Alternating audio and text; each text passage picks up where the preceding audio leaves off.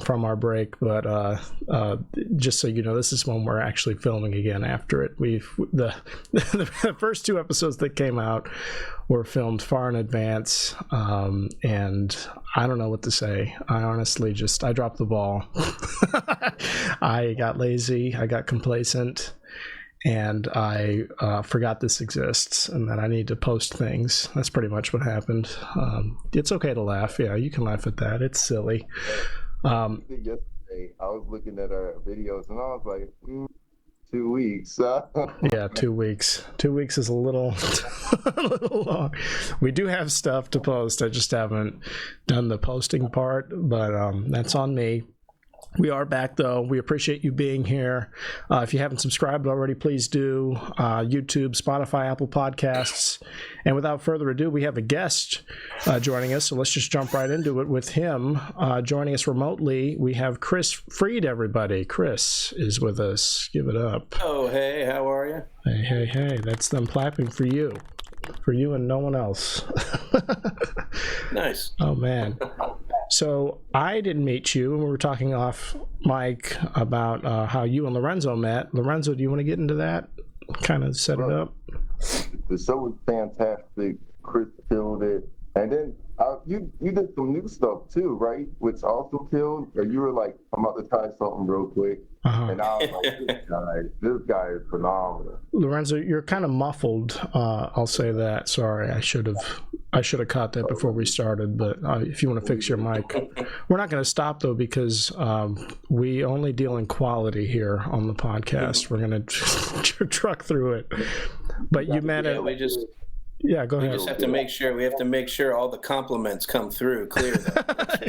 That's part of the deal. So say that again. Yeah, we'll say it when the mic quality is much, much better. That you did very well at this show that you met at. You met in Delaware. Lorenzo's been plugging the crap out of those shows. Gotta love that. All the Del Mar Dream Big business going down. Go ahead and say something now, Lorenzo. Let's see if it's any better. It might be worse. It might have gotten worse. Real? Yeah. Real tough. My stuff was kind of... There he goes.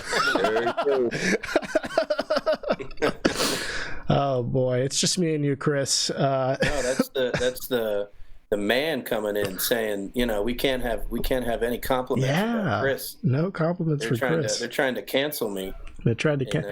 So they didn't. The feed didn't cut out on Gutfeld, did it? It didn't just stop. Okay, good. Can you hear me? Yes, crystal clear. Hey. My word, That's I got to turn you down now. Jeez, there we go. No, don't do anything. I got that. Awesome, great. Oh, I was freaking out. I was sweating, and now I can relax. Oh, so good. So you had a great show.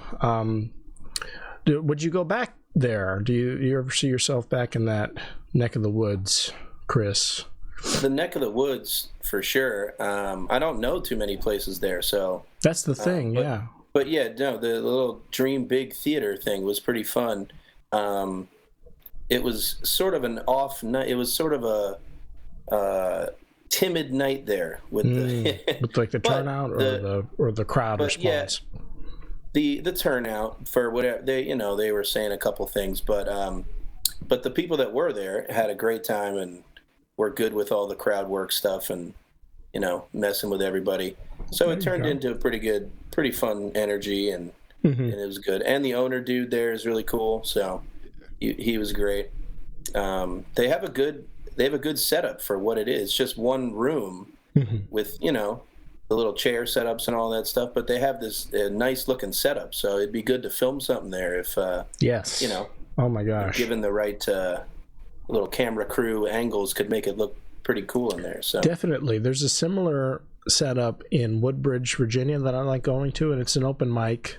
They don't do a ton of showcases there. I've been on one of the few showcases they've done since its inception, but that place has just an extraordinary camera crew there, dedicated each and every time. And they used to live stream it. I don't think they live stream it quite anymore, but they'll send you the entire VOD of the open mic, and then you can splice your little section out. But multiple angles, light show. There's a smoke machine. It's very, very neat. So if you find yourself in Northern Virginia on a Tuesday night for whatever reason, you should check that out. Yeah, you never know. Yeah, Brandon Moore's Last Laugh in Tackett's Mill. And there's a few things that go on Tuesday night. There's the Electric Palm in Woodbridge, and then there's that one. But always and that's what I try to do at my events, is I'll always have some sort of like backup incentive for people to be there. Like if I'm taking pictures, or if we're recording everybody, or we make it look pretty, that way, hey, if you get there and the crowd's not behaving well, or the turnout might be so, at least you get something out of it. You get to walk away from it. Some stuff to post, or exactly, make you feel good about it. So you know a thing or two about camera crews and all that business, because you were telling me you shot a pilot for a sitcom. Yeah, I had once. So there was a production company that was from my hometown area in Pennsylvania, and I had the Gutfeld thing, and then I got in the Comedy Cellar. So I was posting different stuff, and they kind of saw me doing stuff, and then I saw them. They were like winning Emmy Awards for like the regional Emmy kind of things for like commercials and stuff. So they wanted to do stuff more entertainment, and then I was kind of taking off a little bit doing my stuff. So they asked me if I had anything that I'd written, and we could, work together. And so we did. I wrote a pilot a while ago, and we shot it then. And but it was we didn't have like a plan for, distribution or anything. So I just wanted to do it just to get it done, and just to have it.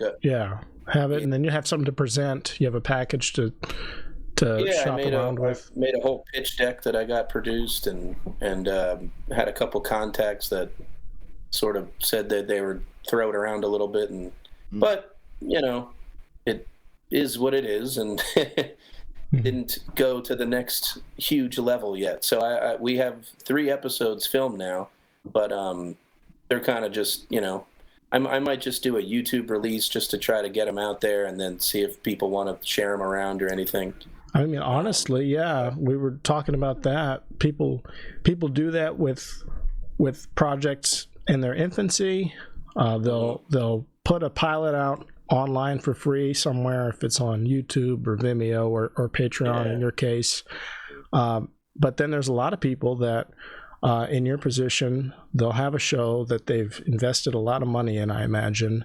They have multiple episodes. It might not even be a full season, but it's multiple of something, and they're just sitting on it, and nothing's happening with it, and in their mind it's stagnating. So then what do? They go, let's just put it somewhere for people to see, because at least, okay, we're not getting revenue back the way we might, but we're getting viewership and potentially a following, so that we can say, hey, we have this shot, we have it done, fully produced, and there's a group of people online representative of these comments and these subscribers that want to see this fully realized. And that's valuable in itself. And if it served as a proof of concept, and then it sells that way, and then they say, hey, you're not famous, so we're going to get a famous person to do. I'll go, okay, whatever. And then you sell it or take a cut, get some writing jobs, make points on whatever, it, possibly. That could be a great opportunity. So we'll see. You said it yourself, you're not famous quite. What's your entertainment background? Did you start with stand-up and then kind of branch out into multimedia, or did you go to school for media? So I did undergrad for TV film. Oh, very cool. Just because I just didn't know. I was like, I don't know how to even get into it. I'll just start and see what happens. And I got a good internships, luckily. So I started at Conan O'Brien when he did wow. back in, it was Late Night with Conan O'Brien. And so I got to go to New York, and then because he was in 30 Rock, and then I met some people, and then I moved over to SNL. So I got to be a writing intern for SNL, and I got to write like Weekend Update jokes. And then so once, I always knew I wanted to be in comedy stuff. So it just turned out I was kind of more like figuring out how to be a writer. And then over time, I just decided, I guess you have to just try stand-up, just go to open mics and and then after that became kind of like, yeah, I guess I'm in this. You just kind of keep doing it. And then I moved to LA and then back to New York and just kept going. So your first experience with writing and with comedy or live comedy was in New York, would you say? Yeah, pretty much, yeah. Wow. I was coming in and out from Pennsylvania doing the internships because my school was in Pennsylvania, but it was like a 2-hour bus trip every other day. And then once I started SNL, it was on Saturday too, obviously. So it was a whirlwind of like Saturday, the show ends at 1, and then there's after parties until 7 in the morning. Oh my gosh, yeah. And then Sunday I would bus it back home and sleep all day and then wake up to go to college again on Monday. So it was a weird and you lived through that. You survived. Yeah, and then all within that you just figure out the open mic thing in New York while you're there. Yeah. And everything I've heard about SNL is that those guys just eat, breathe, and live in that area in 30 Rock or whatever they get holed up at. A weird little world there, and and it's like it's a weird hierarchy thing too, because I was just an intern, so you can't. Yeah, that's what I was going to say, because those guys are sleeping there. They're like essentially living there for most of their days. But as an intern, you're having to commute back and forth between states. That's that's insane. And they pay for your travel stuff, but that's good. It's an unpaid internship, so you're not making anything. You're just getting reimbursed for travel expenses. Stuff. But it was good only because of like Colin Jost was a guy who was just a writer when I started. So then like the next year he became one of the head writers and then obviously on the show. So I had known him. We did a couple shows in New York, and then he let me submit like I did freelance stuff for Weekend Update for the next like 10 years or so. Yeah. Excuse me. And then I got to open for him once at a casino here in Pennsylvania. So it was just nice to meet, contacts and kind of keep in the world. Definitely. That's networking with growing people. But then he got with Scarlett Johansson, and now he's, It's big time, yeah. It's him and Michael Che. He's very nice. It's just he's busy, so. I get that. I totally get that. That's how you do it. I mean, that's the thing about. I've just noticed this, just starting comedy of a year ago in DC, noticing people once they make a transition, once they find their pocket or they get seen, they're touring. They're all over the place. They start blowing up. They get on local news spots and start really tapping into advertising their events, or they get an agent or whatever it takes, and then it's the sky's the limit for those people. But it's been interesting. It's all I'm sure you've experienced it. It seems so far out of reach, the people that are at the top of the hill. You just wonder who knows them, or where did they start out of, and then once you get in close proximity with them, you start to realize, they're just regular people who found their niche or found a following. That's why I think Shane Gillis has been a good example of like it. Not that it could happen to anyone just because he is good. Obviously, you have to be, but it's strange just seeing a regular guy, a normal dude, that you saw at open mics, and then something happens and it keeps going, and I have so many friends that like moved to Austin with him, and so I wasn't like close with him back in the days, but I don't know. I saw him at the Cellar a couple times. You bumped into him, for nice sure. Guy. But yeah, it's fun. Just like anything could happen whenever, and then you just kind of, like he's making a Netflix show now. I'm sure he'll probably hire some writers that he's friends with, and you never know. So, do you mainly put your name out as a writer? You want to be hired to write on other things, or do you want to be the star of your own projects? Or I would like to be. I've always just kind of pursued writing, just because I feel like it just makes more sense to kind of just to try to get income at all.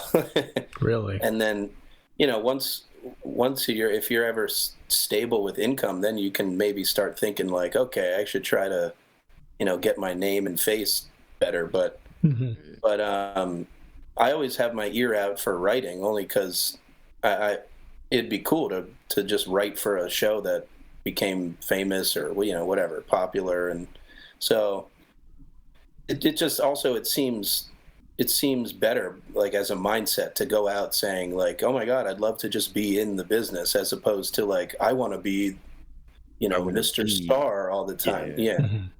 Because I don't know who the hell am I, but no, but still, but obviously, but then when things come up where they say like, hey, did you write, when they ask me if I've written anything, it's like, well, yeah, I would love to do it, but I don't have any power behind it with my name. So what are you going to do? But yeah, I mean, obviously it would be very cool to be Adam Sandler, but I'd also be perfectly fine being, Tim Herlihy, who just writes, Happy Gilmore and then loves it. That's the dream, though, to get your own production company like Tyler Perry Eyes, your own commune, and just film and just go at it, make whatever the heck you want, and then have a group of people who wants to see it, who's there for it, and supports it virtually no matter what, or just have Netflix buy all of it.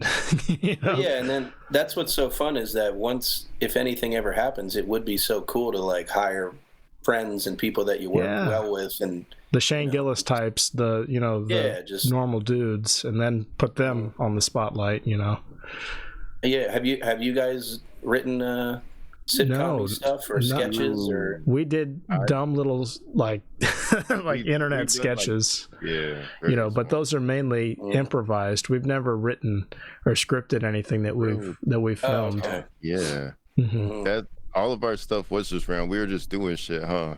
The closest thing, when I was in high school, so like a long time ago, I just with a group of friends, group of guys, we would go out to like a park or a trail, nature trail, whatever, in the woods, and bring some camcorders, and we would just shoot fun little improvised story arcs. The biggest one was like a kung fu movie type YouTube short that the first one we filmed and put out, but it's kind of like the first half, and we tried to film the second half. That fell apart like 3 different times. We tried to film it within like 4 years. And so this included like you were doing kung fu on each other and like. You know what? I wouldn't even call it that. It was just kung fu like motifs and sort of just funny, like comedically satirizing those types of movies. Just, do you, a lot of moving your mouth, like whatever, and then you just come up with fake stuff that you're saying? So, see, no, not quite that. And I've seen, oh my God, I'm blanking on the name of the movie that reminds me of. Somebody did that exact thing. It's like this white guy with a mullet who's everything's clearly dubbed over. Everyone's speaking English, but they redub it, and it's just for the sake of it. Yeah. That would have been a great idea. What we did was definitely worse and not as well thought out. But we decided, we called it. My friend's name is Cameron, and he had gone by. He's half Thai, so he had always called himself Cam Chow. Sort of jokingly, he dubbed himself Cam Chow. So we decided to make. He and I had been watching on Netflix a show called Marco Polo, based on like Genghis Khan's nephew Kublai Khan and his like reign. and we called it Tales of Cam Chow, and we made his adversary my biggest white friend, which was great. That he was not Asian at all, but we called him some version of the emperor guy. So yeah, we didn't. But you had a half. What was it again? Half Thai. Half Thai. Guy. So that counts at least as you're not cancelable. At least you know. There it is. If I just look it up, 461 views 7 years ago. It's not half bad. Oh my God, this is so bad. And we had my my friend Tim was Cameron's or Cam Chow's like master, his trainer. It was so bad. This is awful. But there he is, like training. I'm narrating it for some reason. Wow, look at the cinematography though. That's very artistic choice there. Perhaps here's his master coming. But the time frame white as can be. Like a young David Carradine. Yeah, I'm sure he'd be thrilled to hear you say that. A premature threat presents itself. Yeah, this was bad. I was like recording everything on my iPhone at this point. I don't even think we had better cameras. But this is just the goofy shit we would do in high school. And we tried to do a few things like this, but this was the only thing we managed to fully, quote unquote, fully realize. So this is Bengus Khan. That's what we called him, Bengus Khan, because his name was Ben. And here's them in our living room, him and his henchmen plotting. Okay, we got diversity in here. We're safe. There's a black guy. It's okay. So we can fight. Yeah. Just in my fucking mom's living room. And how long is each thing? This? So, okay, it's like a 7-minute. Yeah, a little 7 minutes. It's almost a sketch, Yeah. Just a parody type of sketch video. And so we, with Lorenzo and I and a few of the guys who were in the original thing, we went and shot in multiple locations on better cameras, probably worse sound because we were outside and nobody had lav mics or anything. But we attempted to do the second part of this, and it just, I have so much footage to go through. It's such a nightmare when you're doing other things that are more lucrative or more worth your time than to go through. Need a team. That's my biggest disappointment in life is that part 2 hasn't come out yet. Yeah. That's going to be my 13th reason why. Everyone, it has an IMDb page. Everyone's wondering. Exactly. When is this coming? Where's Cam Chow Part 2? Where are they? So what's your following? What's your Patreon look like for what you have so far? And sorry I didn't ask before. I got rid of the Patreon. Oh, okay. Just because I was doing a podcast thing with it to keep it sort of a weekly thing for content, and then I just figured I'd be better off maybe just throwing out the 3 episodes on YouTube eventually, and trying to get people to sort of pass it around for free, and then kind of build from there once anyone gives a shit. So, you get but if you're YouTube and you can look up a trailer, I guess. Absolutely. It's called Collecting. So if you type Collecting Kris Fried, I'm sure something will come up. Oh, that's the Fox clip. I see you advertising it here. Okay. But you've put it out. You've put the show out on YouTube as of now. Unless the production company might have gotten rid of it on their YouTube page. But can we watch you talking about? Type in this. Type in Fire Rock, one word. Fire Rock collecting trailer. Probably don't need the name in there, but okay, there's one. There we go. That's their trailer anyway.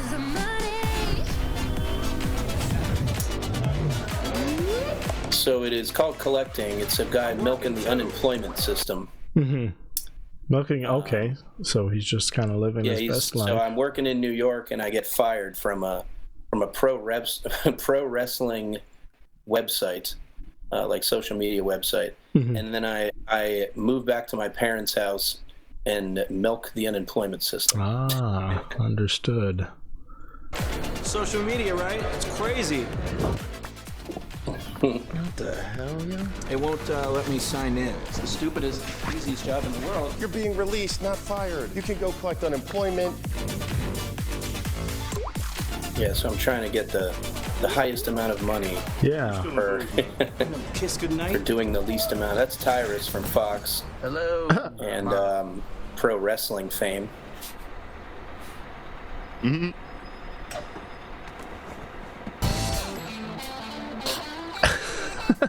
It is me arriving drunk on the bus. No, I don't hate Pennsylvania. Oh my gosh. 1 second. What? Ooh, I got a job to go to. Yeah, we all got jobs here.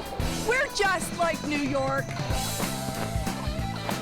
Uh-oh. I'm on bad terms with all But of my high his school parents friends. are very big Trumpy people. Of course. How did you even know I was home? You posted that Twitter meme about the Statue of Liberty killing herself?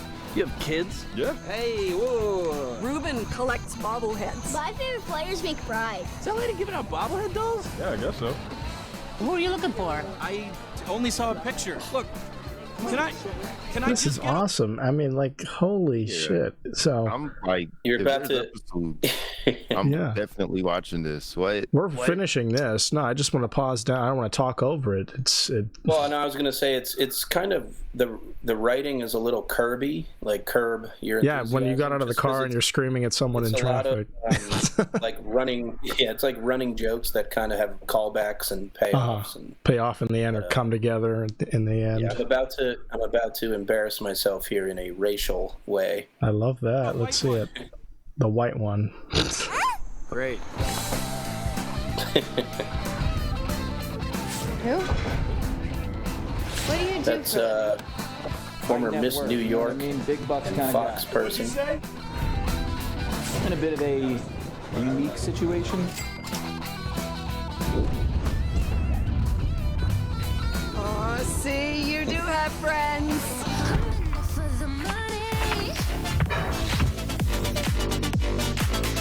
That's basically it, I guess. Very cool, man. Hell yeah. That's good. That should be, son. Oh my gosh. And I have a friend that he's like, you know, when you want something, because I used to be like, I wish they would make this. I wish they would make this. You know, talking about shows and movies and stuff. And he's like, you just gotta make this shit yourself. That shit is fucking phenomenal. Yeah. That's what we tried. you tried to like fund it or whatever.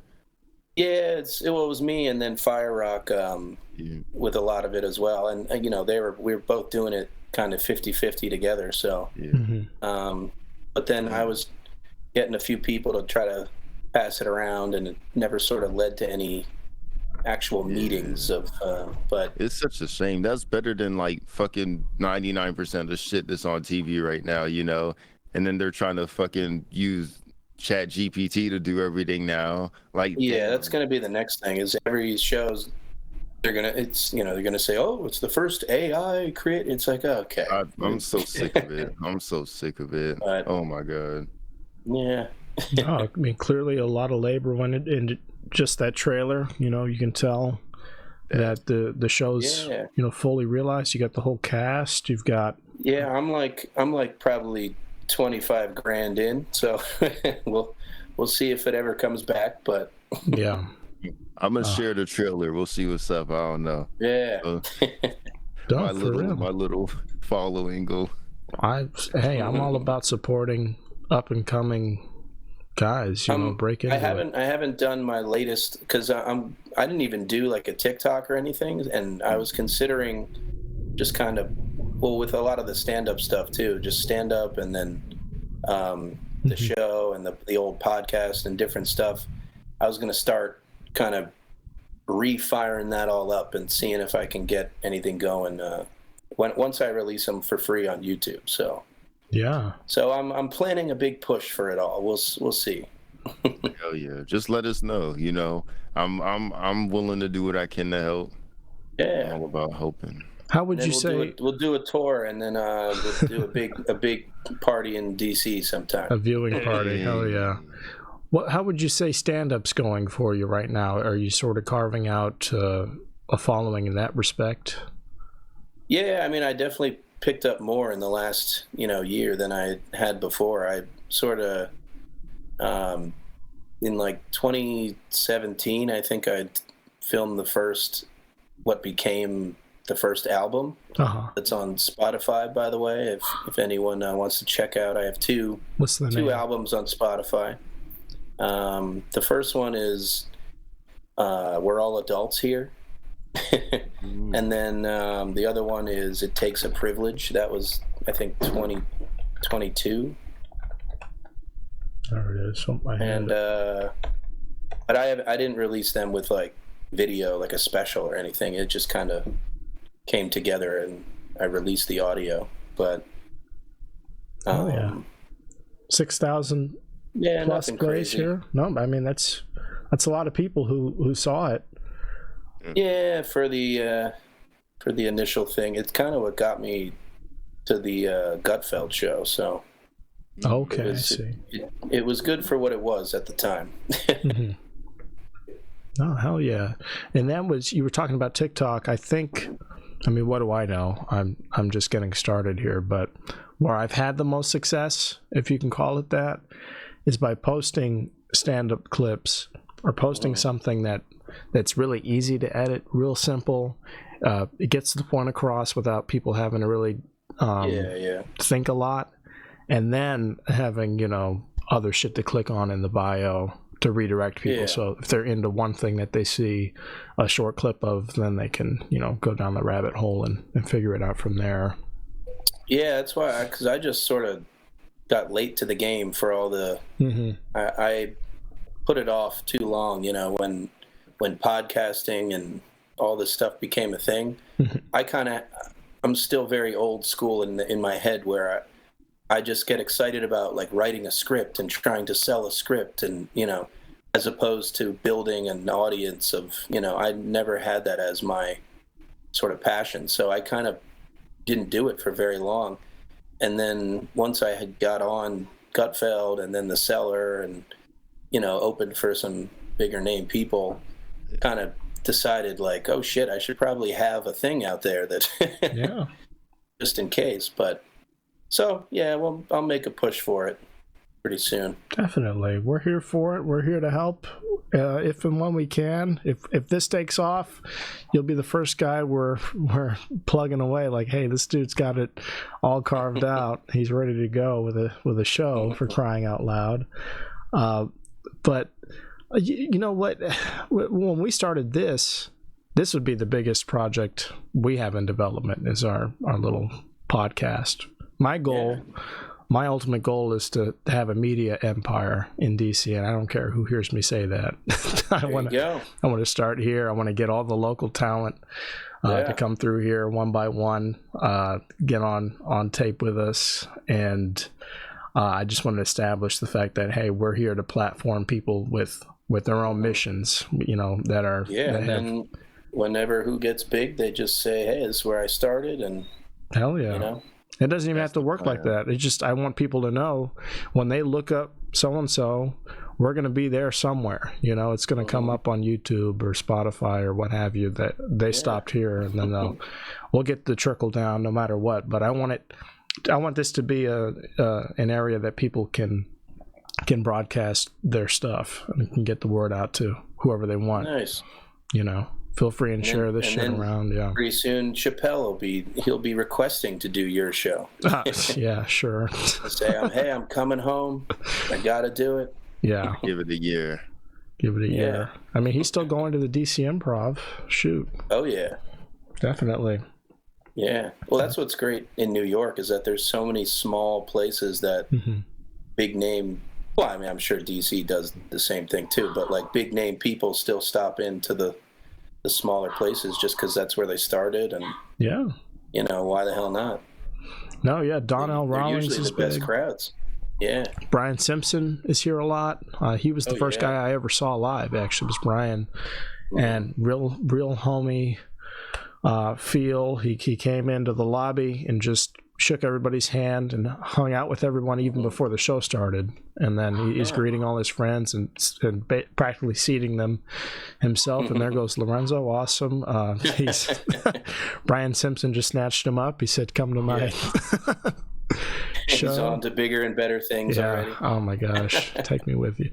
But yeah, no, and that's how it goes. Yeah, these guys get homesick, or they just want to relax. They want a no pressure gig, and they can find it usually at the clubs they started at. I want this to be the internet show people started at. But that being said, like I said, a production company is the ultimate goal. I mean, that would be, how awesome would that be? Like you said, Adam Sandler style, bring all your friends in on it. Hell yeah. I mean, shit. And it's also just, just to have a department that reads scripts that you know what I mean? You can weed through 100 scripts and find one that's like the next, whatever comedy thing. The next Curb. That'd be so fun to have. Modern Family.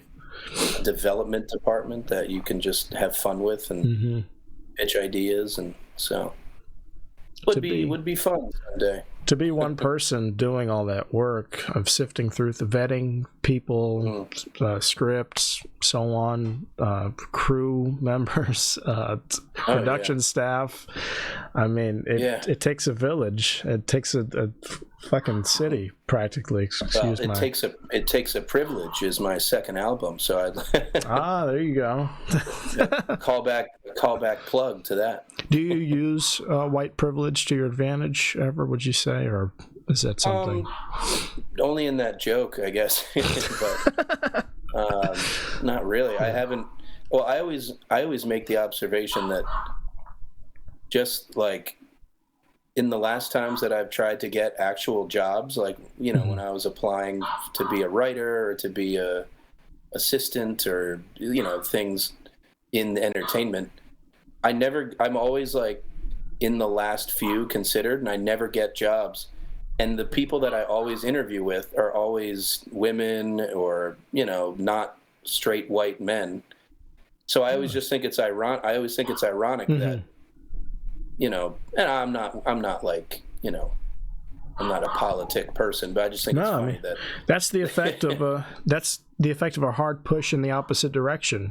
Once there's backlash for bias one way, just the scale flips, and that's what ends up happening. The people that are always in charge of if I get a job or not is always not a straight white man, and I'm always like, can I use my privilege? I don't know. Can I just have the job? And they're like, no.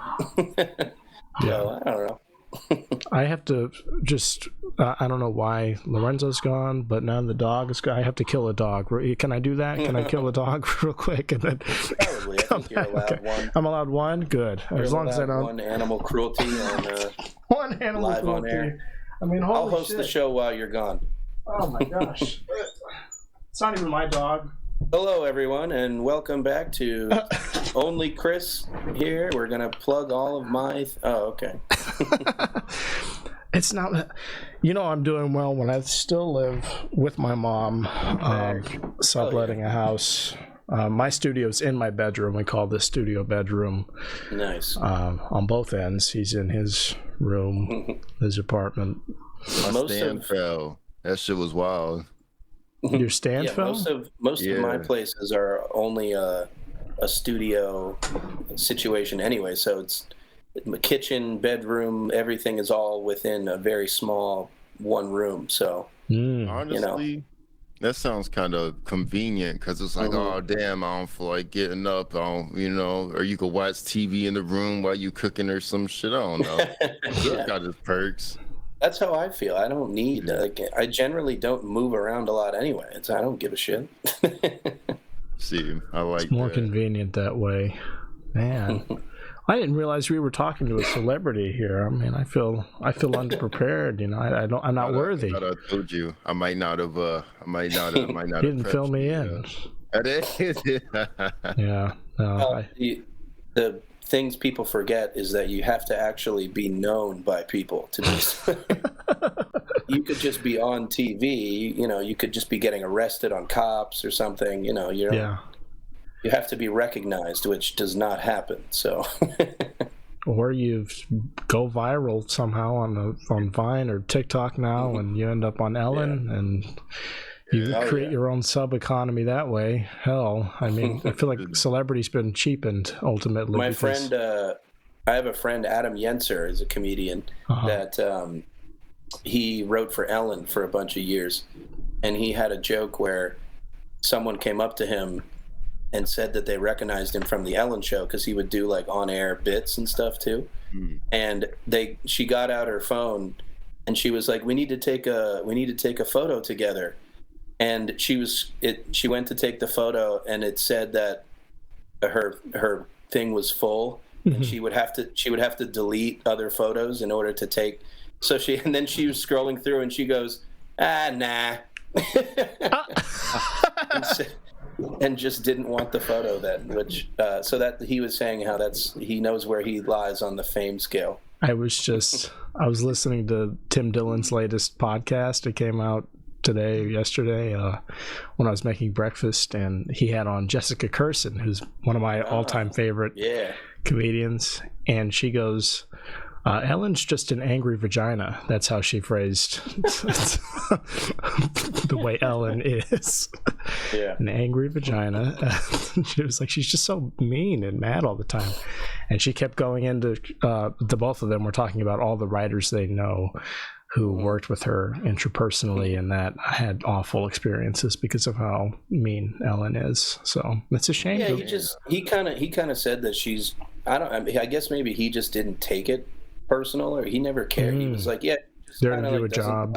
He just doesn't talk to anyone, and whatever. Like he didn't say she was mean. He just said she kind of just is secluded. Dismissive. Doing her thing. But when you're that famous and that busy, when you're like Oprah, you just have to keep it moving, I guess. Keep the ball rolling. She is damn near Oprah. I didn't know she had a show till after it was off TV, honestly. You never saw Ellen? The only part of Ellen I saw, I think I was watching a different show, and they were talking about other comedians' shows, and then they showed the part where she like came out and she was like, I think I'm gay, and that's the only scene of Ellen I've seen. So yeah. It's funny, in the podcast I was listening to, they were talking about I guess she never really had on a lot of comics on her talk show. She didn't like to have on other comedians. Like she might have like Amy Schumer on once or twice, or somebody who's I think David Spade was a big Ellen. She loved talking to him for whatever reason, but he always had good interviews. But yeah, like actual stand-ups though. Yeah, I don't think she had a lot of people like perform stand-up. But I know she had the Diddler on. The Diddler.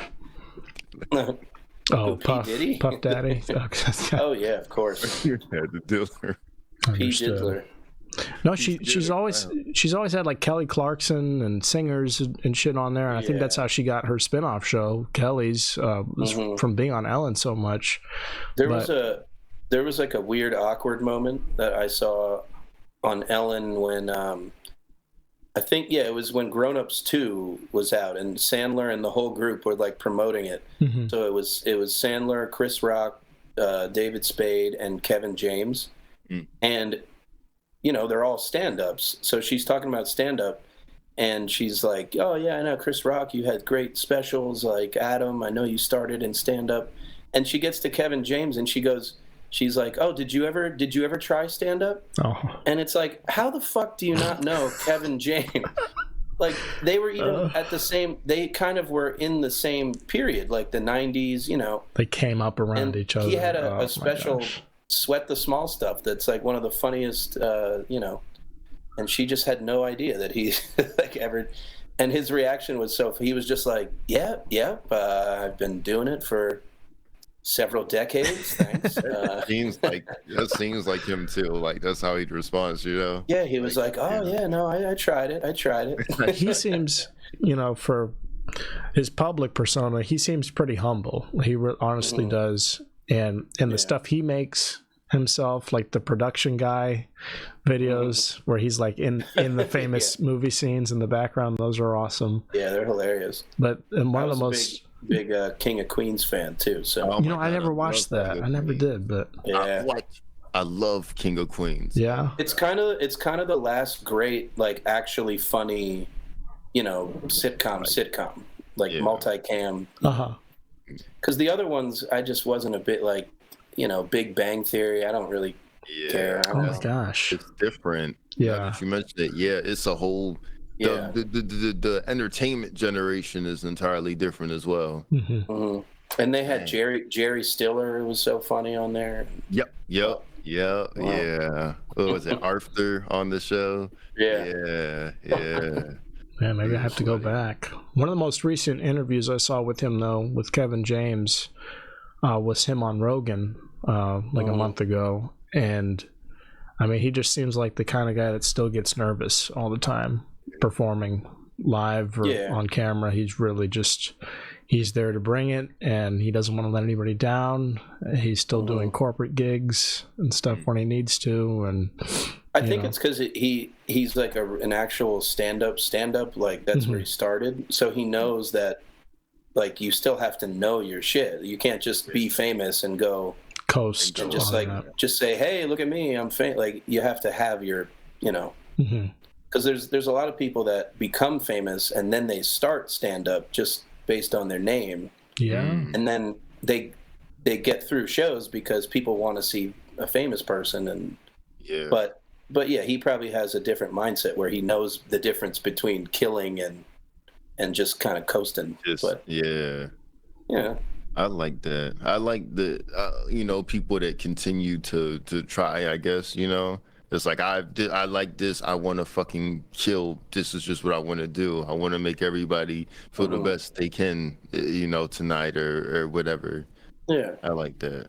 Yeah, I mean, a lot of that coasting on your name mentality comes from, like you were saying, being famous, being like, oh, I like stand up. That's something I could do. I do acting, or I'm a musician. If you're an actor that is known for comedy movies, then you think to yourself, well, yeah, I'll just go do stand-up. How hard could it be? Yeah, it's, and then some people take it serious and then get better. Like who's the dude? Entourage, Ari. Oh yeah. I'm blanking. He started stand-up after being famous, and he like actually got went to the Comedy Store all the time and got better, and so I can't think of his name. Me too, I'm blanking, but I never actually saw Entourage, but I know what you're talking about. Yeah, the with The Rock on Max, or is that with The Rock? It starred The Rock and it was on Max, or is that? Oh no, Entourage. Here, type in different. Type in, there it is, Entourage. Type in Ari Gold is the character. He's like a fast-talking agent of, actors, and what the fuck is his name? Let's see. Yeah, that guy. Gosh, I'm really Jeremy Piven. Yeah, Jeremy Piven got into it. I never watched Entourage. That's like the one HBO show I've stayed away from. I don't know why. I actually never watched it, but yeah, Jeremy here. Well, that's cool. I didn't know he got into stand-up. That's awesome. Good for him. Yeah, because he's known for being like a funny guy. So he was like, hey, what the hell? Guy. Everything I've heard about Entourage is that it's just like about a guy who keeps winning, and that's as fun as that sounds. Yeah. I've never watched it. Yeah, like there's never any adversity. I want to see somebody eat shit. I don't want to see you having a good time. I want you eating shit. Look how happy he is here. That's what the show is. It's summed up in this picture here. So that's why my name is Drew. Just the happiest man on earth. Come give me a hug, bro. I'm rich. So I've got it going on, man. So that's. But what I think about people, trading on their name alone and on their friends' names is Brendan Schaub is kind of the big guy recently who thought, okay, I'm in proximity to all these guys who are really tough, alpha male types, but they also all happen to do stand-up. So I might as well, try to carve into that myself. And I have access to all the best clubs by way of my friends. I can get a special taped as soon as I want to, or as soon as I feel I'm ready. And you see what happens when somebody's and not. It's like if you're on Rogan, you have a because he's on there a bunch. Right? Yeah, exactly. So it's like you know you're gonna get followers and stuff just from that. So he's around Rogan and Tom Segura and all those guys, and Brian Callen is his good friend. All these people who have done stand-up as a career, who happen to be interested in UFC or whatever, and then they go, okay, hey, well, I know where to tell you where to start, and you don't necessarily want to start at the bottom at open mics like a pleb. So just start at clubs. And then did I just freeze? No, I think we're good. But these guys just start at clubs. They start with huge crowds, and they think because a bunch of people turned out to see them, even though they're just starting out, they think that means, I'm ready to go. I'm all set. There's no more work to do, and now I can just put it on tape, and they'll roll out the red carpet after that, and that's not how it works. I guess like a lot of TikTokers kind of do that too. Like you get, you can get shows because people come to see you. Absolutely. But then it's like, well, what the hell are you going to do? Those turn into self-help events almost. They turn into motivational speaker type tours. And it's like you're almost better off just doing a format where it's like, okay, maybe I'll talk for 10 minutes and then I'll do like a Q&A. Yeah. I'll bring up people to interview. They'll ask me shit. Because if you're just going to try to do an hour of stand-up without knowing, just being like, I'm a famous TikTok guy. That's just, it's going to go shitty. Why would you not just have the crowd involved so you don't, whatever, as a crutch? I make rear-facing camera portrait clips on my phone that I post to a Chinese social media website. Get millions of views, so I must know what to do on a stage in front of several hundred or 1,000 people. It's a 1-for-1 in my brain. It adds up to me. It makes perfect sense. Those people are delusional just in general, though, because usually it goes right to their head. They think it's all deserved, it's all earned, even if it was just like a viral phenomenon event, and then they've kept traffic from that, the sort of runoff.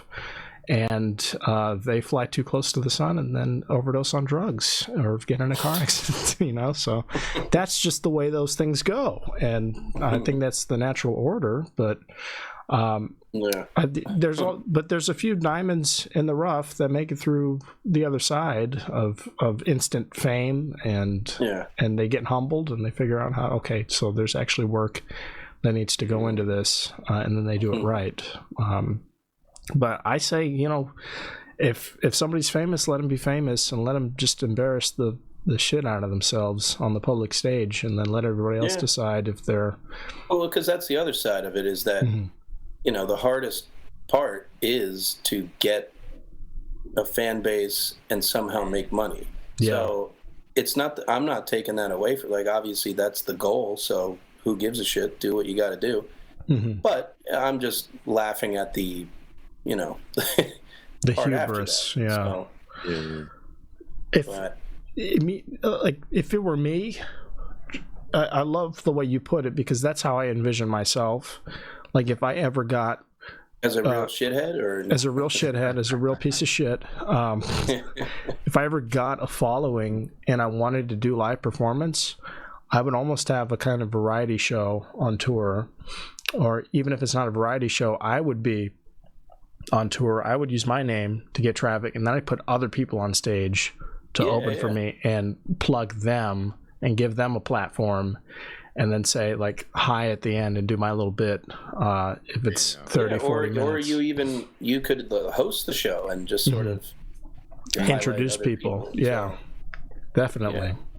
Because then they're still happy they're seeing who they want to see, but then they're also surprised by, oh shit, that guy was funny. This guy was so funny. He might even be better than the guy I came here for. That's awesome. And that happens a lot where I've heard from friends that go to see like Kevin Hart or something. They're like, "Oh my God, like I really liked Kevin Hart, but his openers were even better." Mm-hmm. Not that Kevin Hart's not good, but I'm just saying like that's sort of how it, yeah. You know, because they're the non-famous people are the ones that are trying to stand out. So they're doing all their best shit, and they're putting Kevin's in the reps. Doing his 15th hour, so it's, playing the hits. Yeah, but hey, no, that's the dream for sure, is to get to that point where I can say, hey, or when any of us can say, hey, look at these people, and you know, a rising tide effect, lifting everybody up.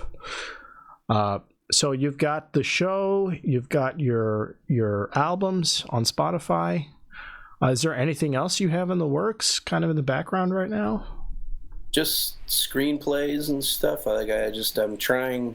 I have a bunch written. I'm just trying to figure out the whole world of any type of representation and trying to get someone to sell it or whatever. So there's that. But I just have no idea if it'll ever go anywhere. But so you started interning. But I'm writing a new one.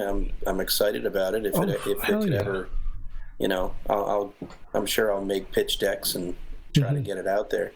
But I'm doing an Austin. Well, I'm going to Dallas to do Dave Landau's show down there. Okay.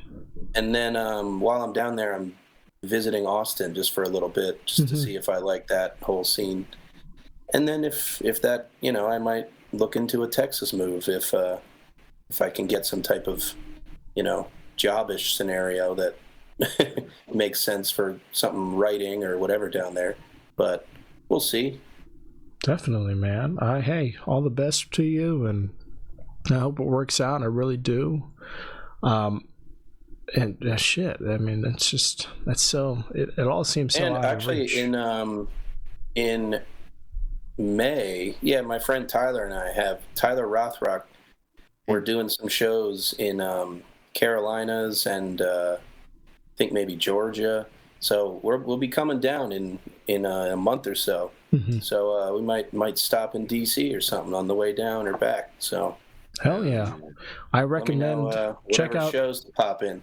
Check out the Comedy Loft of DC over in DuPont Circle. That's a great spot. Really, really comfy, and I might be able to help you get in touch with the bookers there. Sweet. I haven't done a showcase myself, but I know the people personally, and they're all great. And then if you have, I think you need more along the lines of representation to get with the improv or with like the bigger clubs, usually. Like the Funny Bone style clubs. But hell yeah, there's a lot of spots, and I have a spot that I help produce shows at, like a big barbecue restaurant by the zoo. I don't know if you've been in that area, Cleveland Park. I've maybe driven through and stuff, but not really. Never been to the DC Zoo? Okay, yeah. Well, it's right next to it. And yeah, I mean, depending on what month are you going to be coming through?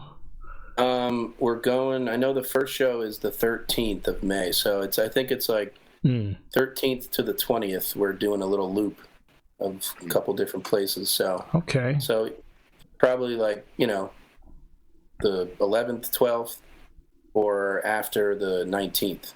Gotcha. We'll be coming back. So. Okay. All right. Well, let's talk after this. We might be able to hook something up. I ain't no promises, but there's a lot going on for sure. Next month, the weather's getting nicer. People are coming out in numbers. So, oh my God, my throat is going. My throat wanted to go see a show without me just now. That's awesome. Yeah, me too. I'm getting over. So I have all this like cough medicine and weird shit out here. So I hate it. That's the other thing about performing it and driving all the goddamn time is that you just get sick so often, or at least I do. You pick up shit from all these amazing people in all these basements and making out with all the hookers and stuff. Out with every hooker. Yeah, no protection, raw every time. What are they called? The chuckle chasers, chuckle fuckers. Yeah, the chuckle fuckers. They're real. There you go. They are real. I have a partner at the moment, so thankfully I'm safe from chuckle fuckers. But yeah, they were. It was crazy for a time. It was nice. Hell yeah. Well, man, when you come through here, we'll definitely have to link up and get you up somewhere. Let's plug your social media. We're coming up on the end here, about an hour we've been recording for, so I think that'll do it. But is there anything you want to plug aside from your shows, your social media? I guess, yeah, just Instagram is Kris.Fried. Kris with a K, Fried spelled like fried. Oh, I wanted to ask you, what Fried is that's your father's last name, I assume? Yep. What's your mom's maiden name? What's her last, just by chance? Harry. P-A-R-R-Y. Oh, Perry. Okay. Missed yeah. I was hoping it would be like... I was hoping it'd start with a C, because then you could hyphenate the last names and be KFC. That would have been cool.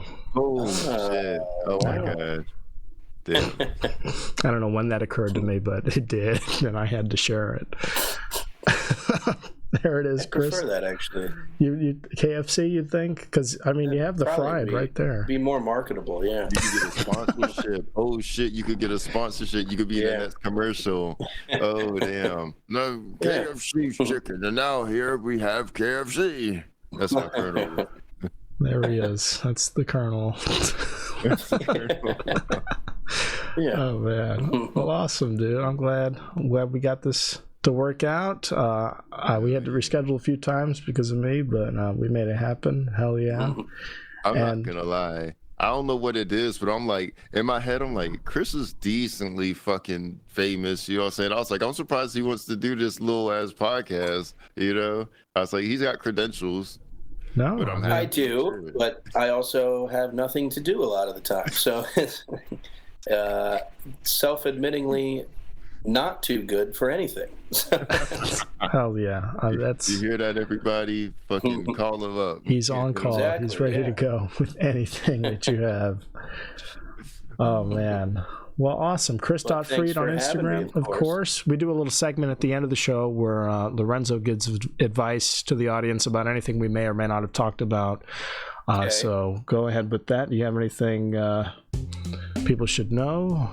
I got some fantastic advice for the people. Yeah, of course. You know what I'm saying? First off, make sure you check out Kris's shows. We're gonna be posting the trailer. At least I've been saying that a lot. I don't know why.